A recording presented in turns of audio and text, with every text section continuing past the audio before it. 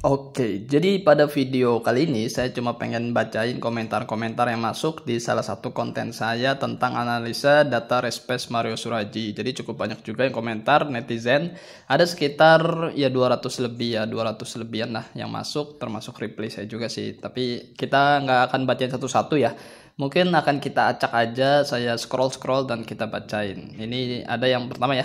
Kalau menurut pandangan saya yang pertama Aji tidak cocok pakai nomor 64. Kalau nomor 16 insya Allah bisa bersaing. Kedua, berat badan Aji harus dikurangi karena tidak sesuai dengan motor yang ditungganginya. Maaf, itu hanya menurut saya.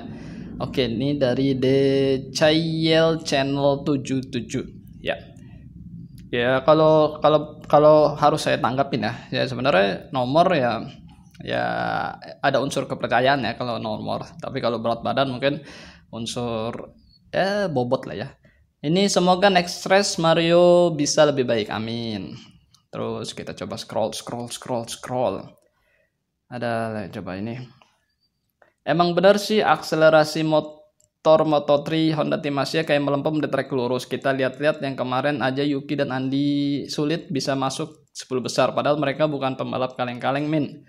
Oke, dari Ahmad Kosasi Official 96. Terus dibalas sama Handy R.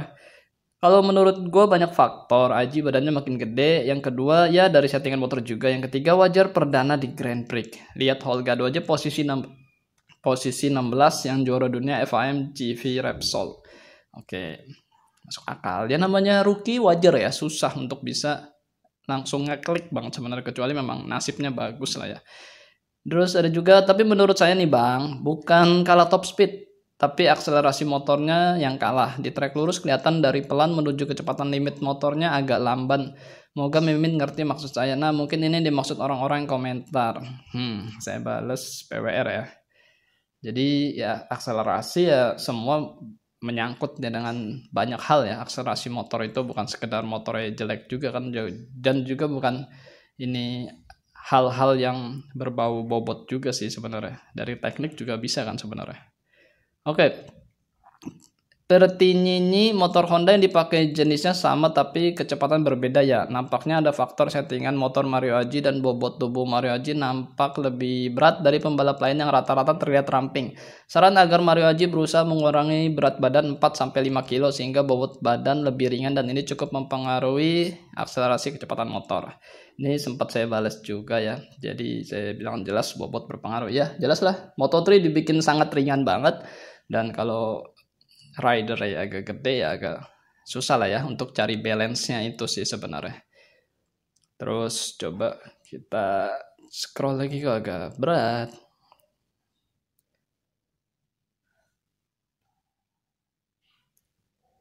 Coba lihat dari CV dan Red Bull Rookies, kelemahan Mario memang di trek lurus. Ya saya balat bobot.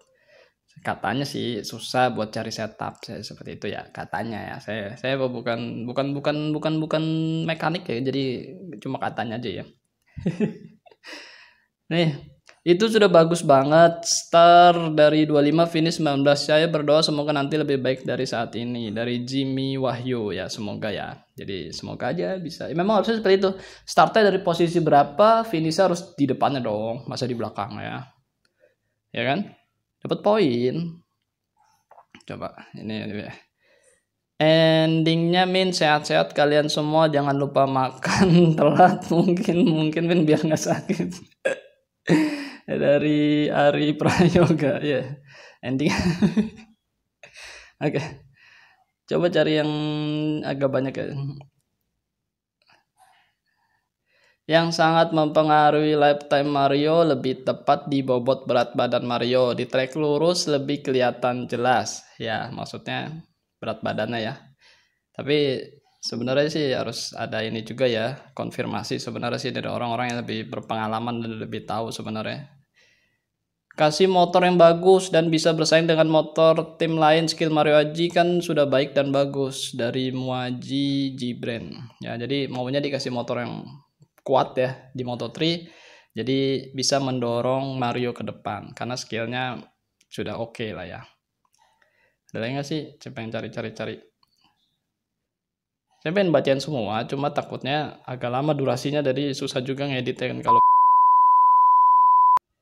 Oke, kita cari-cari lagi ya. Coba. Pengen kita bacain aja sih. Nggak pengen saya tangkepin juga karena udah komentar aja udah. Terima kasih banget lah sebenarnya. Kalau dikatakan Mario Haji tidak konsisten, nggak juga lah. Coba power dan top speed motornya ditingkatkan di atas rata-rata pembalap, pasti champion Indonesia. Emang nggak konsisten bang, orang datanya ada kok, dan motor Moto3 itu bukan kayak MotoGP bisa di-upgrade, tidak ada regulasi, nggak salah semua. Oke, banyak lah komentar ya. Dan sudah dibacakan, data kok masih nggak percaya, Aji nggak konsisten. Aji bukan pembalap yang konsisten, bisa dilihat saat di CEV dan RBRC kok kadang-kadang melempem, karena untuk konsisten itulah yang susah. Jadi intinya jangan berekspektasi tinggi dengan Aji karena level pembalap kita masih kalah sama pembalap Eropa. Bukan masalah motor bang, Rossi aja dulu pertama gabung ke Yamaha motor kurang kompetitif, tapi Jordan orang Indonesia beraninya di kandang sendiri, kalau keluar kandang melempem. Nggak nonton videonya kali itu orang. Oke, jadi sebenarnya banyak juga yang salah tanggap ya saya bikin konten itu. Jadi yang berpikiran saya tuh hanya membahas salah satu variabel tanpa melihat secara keseluruhannya. Jadi kadang nggak nyambung juga dengan isi apa yang saya maksud, atau mungkin saya juga kurang jelas sih. Saya introspeksi juga ya, saya mungkin kurang jelas menyampaikan. Jadinya orang kadang nggak ngeh gitu apa sih yang saya maksud di situ, karena saya di situ kan cuma bahas lifetime saat race itu ya. Wajar top speednya kalah Mario Haji pakai Revo anjir. Sedangkan Andrea Mino pakai Jupiter Jet. Komen di IG Mario Haji, di compare dari top speed tadi ya. Coba. Masih compare top speed antara Mario dan Andrea Mino itu udah beda. Mario di sekitaran 239. Oke ya, top speed kita nggak bahas top speed sebenarnya karena udah kita lihat ya top speed Mario kan di konten itu juga, dan Mario sebenarnya nggak jelek-jelek amat. Yang saya maksud di situ sih top speed itu kan maksudnya kecepatan tertinggi yang bisa dicapai. Jadi banyak yang komentar Mario lelet motornya gitu kan. Oke, jadi mungkin cukup kali ya kita bacain komentarnya. Saya nggak mau baca satu-satu juga, takut lama ya. Intinya gini bre. Jadi sebenarnya saya bikin konten itu maksudnya untuk kita semua bisa melihat sesuatu tuh berdasarkan data ya. Data bahwa Mario Suryaji kenapa sih susah banget bisa untuk overtake posisi 18, 17 gitu kan. Dan ternyata secara data yang sudah di-share oleh MotoGP, Mario Suryaji itu lap time-nya ya seperti itu yang saya bikin di konten tersebut yang memang sudah di-share oleh MotoGP. Jadi lap time-nya itu di lap 1, lap kedua, lap ketiga, lap keempat, sampai lap ke-18 di sirkuit Qatar itu tidak konsisten. Kadang-kadang dia cetak sekian gitu kan. Terus kadang dia sekian.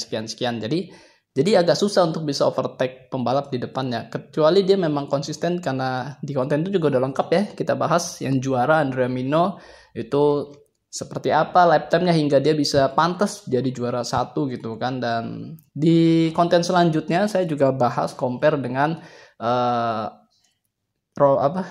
pembalap Leopard, lupa lagi, Denis Foggia ya kan, dimana dia juga start dari belakang kan karena kena hukuman karena dia melakukan aksi ya kan yang cukup berbahaya, dan dia tapi bisa finish sampai di 10 besar di posisi 7, dan dia pakai Honda juga ya, tapi kita nggak bisa membandingkan karena memang beda ini ya. Dia juga runner up, tapi yang kita lihat kan datanya si Foggia itu kenapa bisa masuk nusuk ke depan tuh karena memang lifetime dia oke banget gitu kan, stabil, bahkan dia cetak fast lap gitu kan. Jadi gimana ya, saya cuma pengen bahas di sana. Nggak mungkin juga kita bahas tentang akselerasi keluar, akselerasi ya exit corner seperti apa Mario Haji, kan kita bukan buka data telemetri.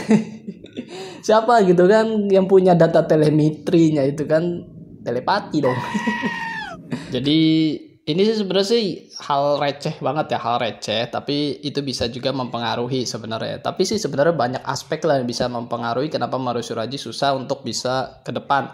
Pertama, dia masih pasca cedera, itu yang harus kita maklumin kan. Itu yang saya juga bahas di konten itulah. Kalian dengar apa enggak sih? Kadang suara saya kan gak enak ya, masa harusnya kedengeran dong. Emang dia masih pasca cedera, yang kedua masih proses adaptasi, dan masih banyak lah hal-hal yang memang perlu Mario Haji pelajarin kan. Apalagi ini kelasnya cukup sengit kan, sangat tipis gitu kan, perbedaan gap antara posisi 1 dengan posisi 10, dan sangat cepatnya itu sebenarnya yang harus bisa dikuasain lah ya. Oke, konten cukup sekian, udah 10 menit, udah lama juga ini. Aduh. Terima kasih buat kalian semua telah menyimak video ini sampai selesai. Sehat-sehat buat kalian semua, jangan lupa makan dan jangan lupa berdoa. Akhir kata, wassalamualaikum warahmatullahi wabarakatuh. Bye bye.